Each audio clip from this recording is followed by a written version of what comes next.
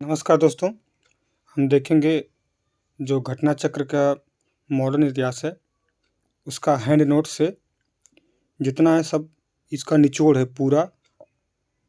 ये थोड़े से में सारा घटना चक्र जिसने पढ़ा है, उसको रिवीजन के लिए बहुत पर्याप्त है ये। तो देखते शुरू करते हैं। आपका सबसे पहला क्वेश्चन जो आप देखेंगे आधुनिक भारत के इतिहास में, तो वास्को डी गामा कब भारत आया था? तो 20 मई 1498 को। ये क्या कहते हैं कि पहला क्वेश्चन में दिया गया है।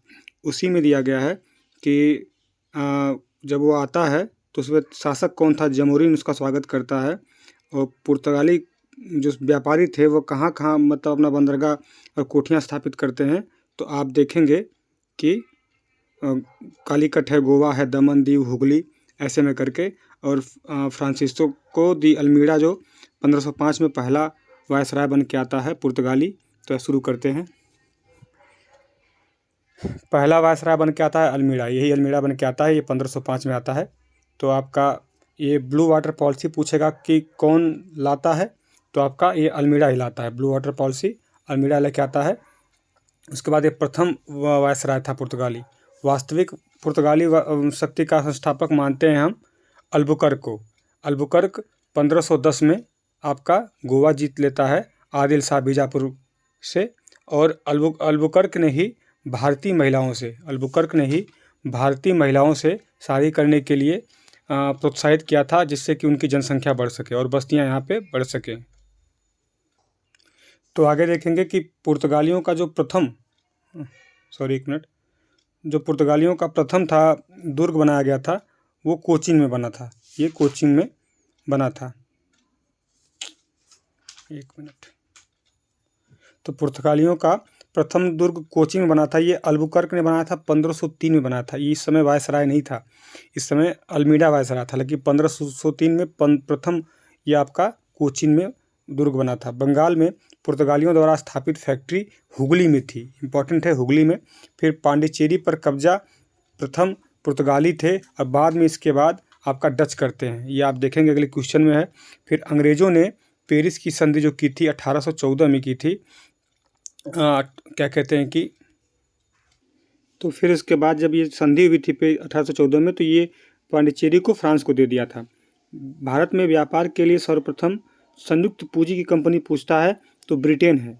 लेकिन घटना चक्र में जो क्वेश्चन पूछा था उसमें डच सही है, क्योंकि उसमें ब्रिटेन ऑप्शन नहीं दिया है, तो ये डच सही था। लेकिन सबसे पहले 1531 दिसंबर 1599 को ब्रिटेन में होता है, फिर डच आते हैं, डच स्थापित करते हैं।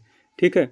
उसके बाद डचों ने पुर्तगालियों को हराकर आधुनिक कोच्चि में आपका फोर्ट विलियम का निर्माण करते हैं। डचों ने पुर्तगालियों को हराया था पहली बार, कोच्चि में डचों ने फोर्ट विलियम बनाया है।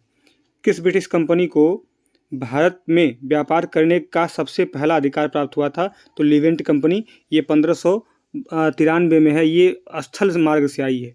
ये पूछेगा कि क्या कहते हैं कि अगर समुद्री मार्ग से आया है तो समुद्री मार्ग से ब्रिटेन वाला ये हो जाएगा, जो ईस्ट इंडिया कंपनी है। और स्थल मार्ग से लिवेंट सबसे प्रथम कंपनी को मान्यता मिलता है। ईस्ट इंडिया कंपनी ने कारखाना क्या कहते हैं कि जहांगीर के काल में 1611 में मछलीपट्टनम, ये अस्थायी कारखाना 1611 में आपका मछलीपट्टनम में अंग्रेज़ों ने खोला था। और 1612 में थॉमस वेस्ट ने स्वाली का युद्ध पूछेगा। 1612 में थॉमस वेस्ट उसका नेतृत्व करता था, पुर्तगालियों को हराया था। 1613 में इससे खुश होकर इनको जहांगीर ने अस्थायी फैक्ट्री बनाने के लिए अनुमति दे दी थी। 1613 में सूरत में अस्थायी फैक्ट्री बनी थी। तो सूरत के पास ये स्वाली है, स्वाली का युद्ध होता है 1612 में। ये इंपॉर्टेंट है। और आगे देखते हैं, एक चीज़ और ऊपर है कि 1509 में अल्मीड़ा ने दीव को जीता था। अल्मीड़ा जो था वो 1509 में दीव को जीता था। तो उसी के अधिकार से हिंद महासागर में पुर्तगालियों का एकाधिकार हो गया था। फिर आगे जो क्वेश्चन ये आया है, क्या कहते हैं कि तो इसमें क्या होता है कि पुर्तगाली सबसे पहले उपनिवेशक थे जो पांडिचेरी पर कब्जा किए थे। लेकिन उसके बाद डेंच आते हैं, डेंच कर लेते हैं। तो डेंचों के बाद ये 1673 में फ्रांसीसी आते हैं। तो फ्रांसीसी यहाँ पे अपनी बस्ती बना लेते हैं। लेकिन अंग्रेज़ों ने भी 1793 में पेरिस मतलब इसे पांडिचेरी पे कब्जा कर लिया था। फिर बाद में 1814 में जब संधि होती है तो पेरिस की संधि से फ्रांसीसियों को ये अंग्रेज़ों में सौंप देते हैं। ठीक है। और जब पूछता है कि पुर्तगाली के जो नीनो दी कुन्हा आया था 1529 से 1538 तक रहता है। तो ये क्या करता है कि वहाँ का जो बंगाल का शासक था गियासुद्दीन महमूद शाह, उससे सतगांव और चटगांव लिया था 1534 के करीब। तो उसके बाद उसने पहली अनुमति वहीं प्राप्त की थी, तो अपनी कोठी बनाई। फिर उसके बाद संपूर्ण बंगाल पे उन्होंने बस्तियाँ बनाई। और फिर एक बात और है कि फिर 16वीं सदी में आपका उनकी सतगांव चटगांव का जो ये बंदरगाह पुर्तगाली इसको महान बंदरगाह बनाना चाहते थे, उसका पतन होता है 16वीं सदी में। फिर उसके बाद हुगली उसका स्थान ले लेती है। फिर चिनसुरा पे डचों ने गुस्तावुस किला बनाया था। और पूछेगा कि डेनिश का प्रमुख केंद्र कहाँ था, तो श्रीरामपुर था। आगे देखते हैं।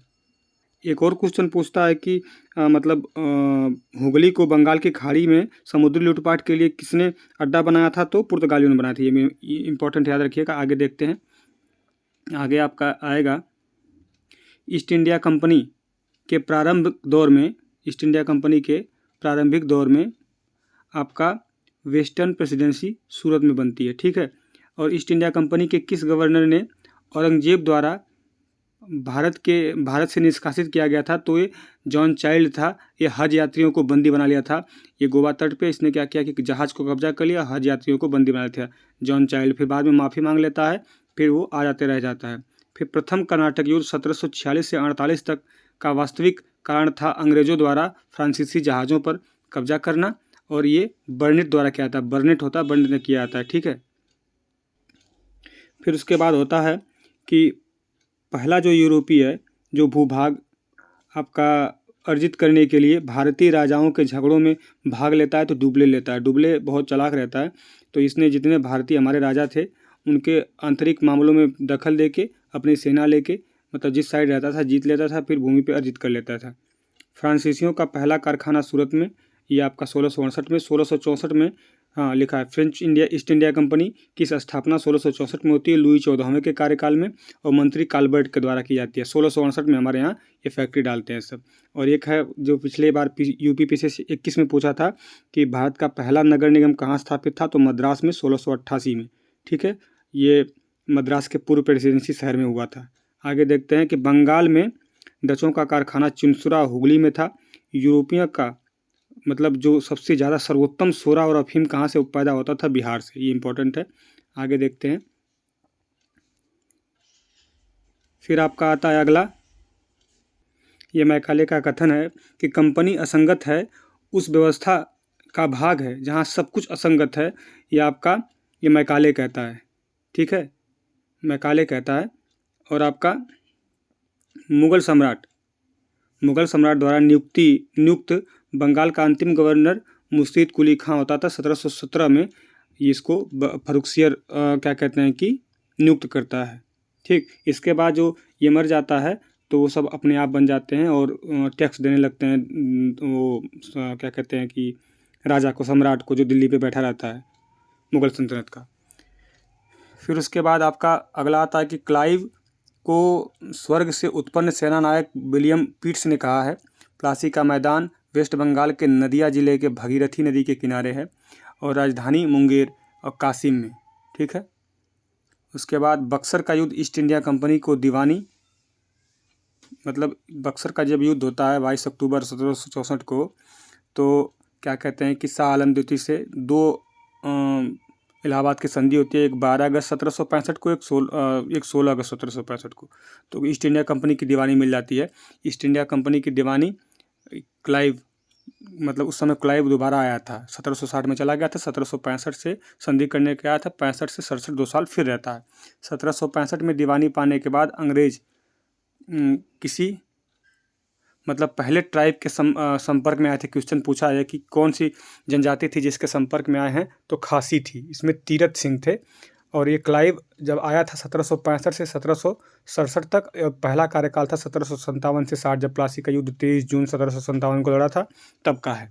ठीक है। आगे देखते हैं। अब इसी में ये पूछता है कि अंबर का युद्ध कब होता है। 1749 में अंबर का युद्ध होता है। ये इंपॉर्टेंट है।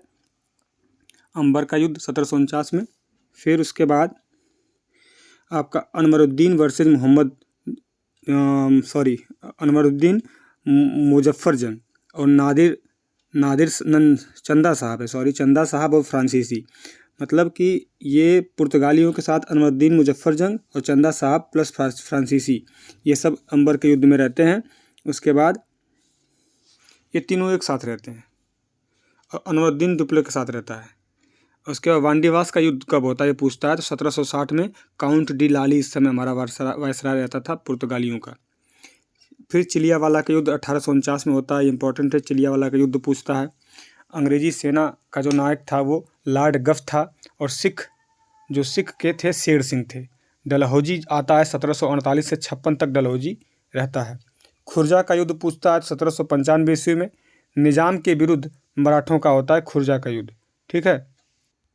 फिर उसके बाद ये निजाम के विरुद्ध मराठों का युद्ध होता है, खुर्जा का युद्ध।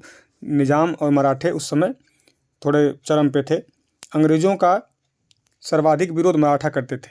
3 आंग्ल मराठा इसीलिए युद्ध हुआ था। और अब मतलब कि पूछता है किस किस में से, तो मुगल थे, राजपूत थे और सिख थे। इन तीनों में मराठा भी था, निजाम भी था। सबसे ज़्यादा विरोध कौन करता था अंग्रेज़ों का, तो मराठे करते थे। रणजीत सिंह के राज्य में शामिल था 1809 में आपका अमृतसर की संधि और आपका सतलज सीमा तक, मतलब 1809 में जो अमृत की संधि हुई राजा रणजीत सिंह से, तो ये सतलज सीमा के मतलब इस पार नहीं आ सकते थे, उसी पार इनको सिमट दिया गया। इन्होंने कश्मीर, मुल्तान, पेशावर और लाहौर पे कब्जा किया था, ठीक है। तो देखते हैं। और ऊपर एक छूट गया था कि जैसे पूछा है क्वेश्चन ब्लैक होल की घटना, तो सिराजुद्दौला के समय 20 जून 1756 को जो हॉलवेल था उसने कहा कि एक 18 फीट लंबे 14 फीट चौड़े में एक कक्ष में 146 अंग्रेज बंदियों को बंदी बना दिया था, जिसमें अगले दिन सिर्फ केवल 23 व्यक्ति बचे थे। उसी को ब्लैक होल की घटना कहते हैं। और 23 जून 1757 को जो प्लासी का युद्ध हुआ था, तो सिराजुद्दौला पराजित हो गया था। और इसमें इसके विपक्ष जैसे कि साथ देने वाले थे जो शुजाउद्दौला था और आपका आलमगीर द्वितीय था जो राजा थे, ठीक। फिर उसके बाद आपका 22 अक्टूबर को 1764 को जो होता है युद्ध, उसमें मीर कासिम और अवध के नवाब, दिल्ली का मुगल सम्राट शामिल थे। बक्सर के युद्ध में परास्त हो जाते हैं सब। और इस 1757 में सिर्फ ये सिराजुद्दौला था, शुजाउद्दौला था, बस यही, ठीक। सॉरी, कुछ मिस्टेक थोड़ी हो गई। सिराजुद्दौला के समय ये ब्लैक होल की घटना हुई थी। और जो शुजाउद्दौला था उसी समय इलाहाबाद की संधि जब होती है, क्या कहते हैं कि एक अवध के नवाब जब रहता है शुजाउद्दौला, तो इस अंग्रेज़ों के समय श्वेत विद्रोह होता है, तभी होता है। फिर यही शुजाउद्दौला 1764 में जब होता है युद्ध, तब ये शामिल होता है, त्रिगुट बनता है, एक मुगल बादशाह शाह आलम द्वितीय का और शुजाउद्दौला का और आपका मीर कासिम का, ठीक है। ये ठीक है, आगे चलते हैं। और हेक्टर मुनरो लड़ता है 1764 में। हमने देखा ये 1849 में चिलियावाला का, तो ये 13 जनवरी को हुआ था, 13 जनवरी 1849, क्योंकि क्रोनोलॉजी आ रही है 13 जनवरी 1849 को होता है। तो फिर आगे चलते हैं, जो कि आप देखेंगे तो मुल्तान को 1818 में और कश्मीर को 1819 में और आपका पेशावर को 1834 में रणजीत सिंह ने जीता था, ठीक। आगे देखते हैं। इस समय शासक जो था अफगानिस्तान का, जो 1798 में करीब जमान शाह था, तो वो तोपें गिर गई थी, तो पहली बार लाहौर पर अधिकार करने का मतलब उनको दे दिया था लाहौर, तो उसी पर अधिकार करके 1799 में राजधानी बनाई थी लाहौर को। देखते हैं आगे। फिर आता है कि रणजीत सिंह को कोहिनूर हीरा कौन देता है। अहमद शाह अब्दाली का जो पौत्र था शाह शुजा, वो देता है। फिर रणजीत सिंह के उत्तराधिकारी कौन थे, तो खड़क सिंह थे। सिख राज्य का अंतिम राजा कौन था, तो दलीप सिंह था। 1803 में बनता है, 1849 तक, मतलब 1849 तक रहता है ये, 1803 में पैदा होता है। फिर इसका निधन पेरिस में होता है, ये ईसाई धर्म अपना लेता है लास्ट में। पंजाब विलय के बाद डलहौजी 1849 में पंजाब प्रशासन के लिए 3 सदस्यीय एक समिति बनाई थी, परिषद बनाया था। उसमें हेनरी लॉरेंस अध्यक्ष था, और हेनरी लॉरेंस, जॉन लॉरेंस और आपका ग्रेविल मानसेल, ये 3 बनाए जाते हैं। ये लॉरेंस हेड था। उसके बाद पोर्टोनोवा का युद्ध जो होता है 1781 में होता है। 1780 से 84 में आपका हैदर अली को हराया, आयरकूट ने हराया था। इसी में हैदर अली की मृत्यु हो जाती है। पोर्टोनोवा का युद्ध आपका 1781 में, 80 से 84 में आपका ये हैदर अली वाला द्वितीय आंग्ल मैसूर युद्ध होता है। प्रथम आंग्ल मैसूर युद्ध देखते हैं तो 67 से 69 तक होता है और मद्रास की संधि होती है 4 अप्रैल 1759 को 69 को। फिर उसके बाद द्वितीय आंग्ल मैसूर होता है 80 से 84, जो इसमें दिया है आपका 80 से 84। इसमें इसी के बाद ये 82 में मर जाते हैं आपके हैदर अली, और इस संधि को मंगलौर की संधि से आपका ये युद्ध विराम होता है। फिर तीसरा आंग्ल मैसूर युद्ध होता है 1790 से 92 तक। ये आपका श्रीरंगपट्टनम की संधि से समाप्त होता है और टीपू सुल्तान को बहुत क्षति होती है और उसका आधा से ज़्यादा मतलब राज्य चला जाता है, बेटा उनके कब्जे में चला जाता है। फिर उसके बाद सबसे लास्ट उनका युद्ध होता है 1799 में, चौथा आंग्ल मैसूर युद्ध, जिसमें टीपू सुल्तान मारे जाते हैं। पूछता है कि विदेशों में आधुनिक पद्धति से दूतावास स्थापित करने वाला कौन था आपका? तो आपका टीपू सुल्तान। टीपू सुल्तान ने हेक्टर मुनरो को 1780 में हराया था पोल्लीपुर में, ठीक है। और आपका 1769 से आपका 67 से 69 बेरलिस्ट, 80 से 84 वारन हेस्टिंग, 90 से आपका 92 कॉर्नवालिस और 99 वेल्लेली। ये बताया है कि जो 4 युद्ध हुए हैं आपके मद्रास वाले, कौन कौन गवर्नर जनरल थे। तो गवर्नर जनरल 1757 से 60 देखेंगे तो आपका क्लाइव रहता है। 60 से आपका 62 आपका तो उस समय कार्टियर आता है। फिर 63 तक, फिर वो 65 से 67 तक कार्टियर आपका आता है।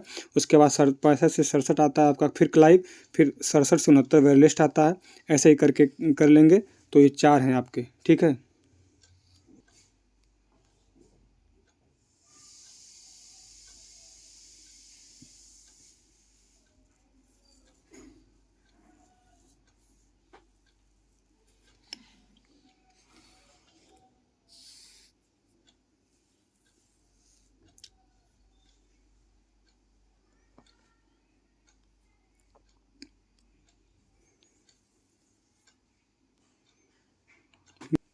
बेगम समरू का जो पूछता है कि इनकी मृत्यु 1836 में होती है। जो इनके पति थे ना, वाल्टर रेनहार्ट श्राम्बे थे, जो यूरोपी थे। आगे देखते हैं।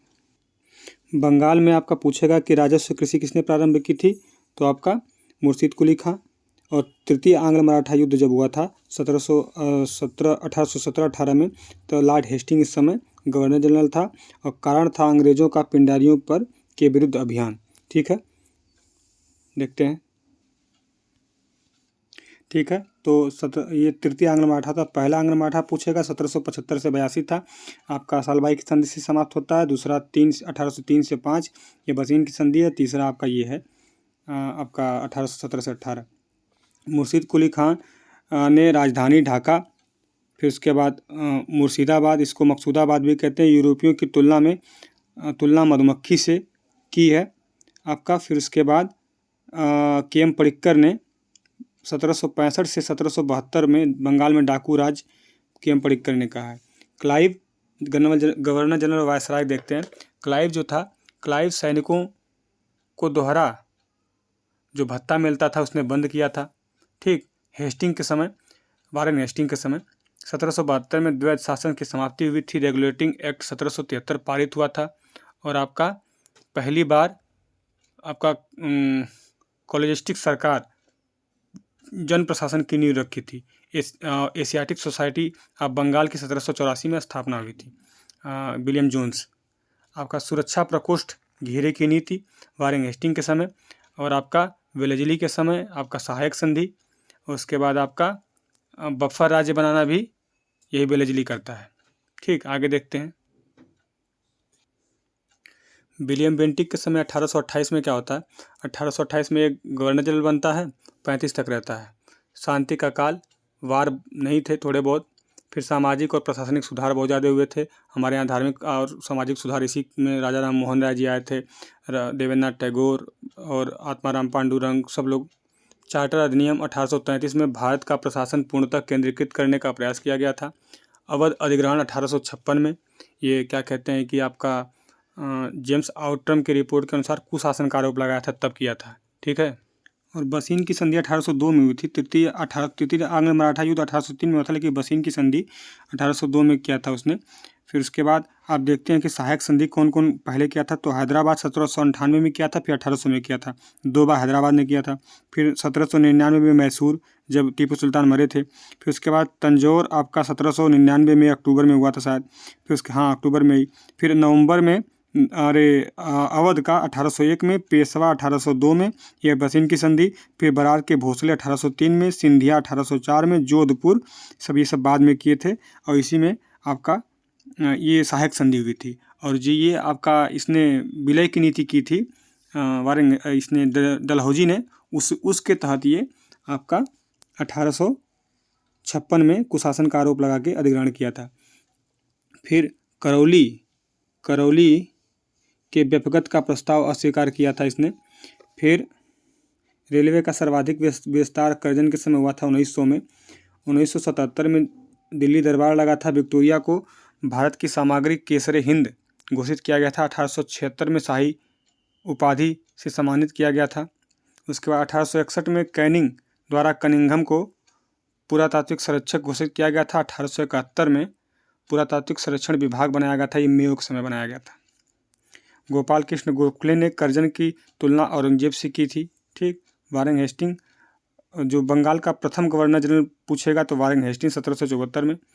भारत का प्रथम गवर्नर जनरल विलियम बेंटिक 1833 में।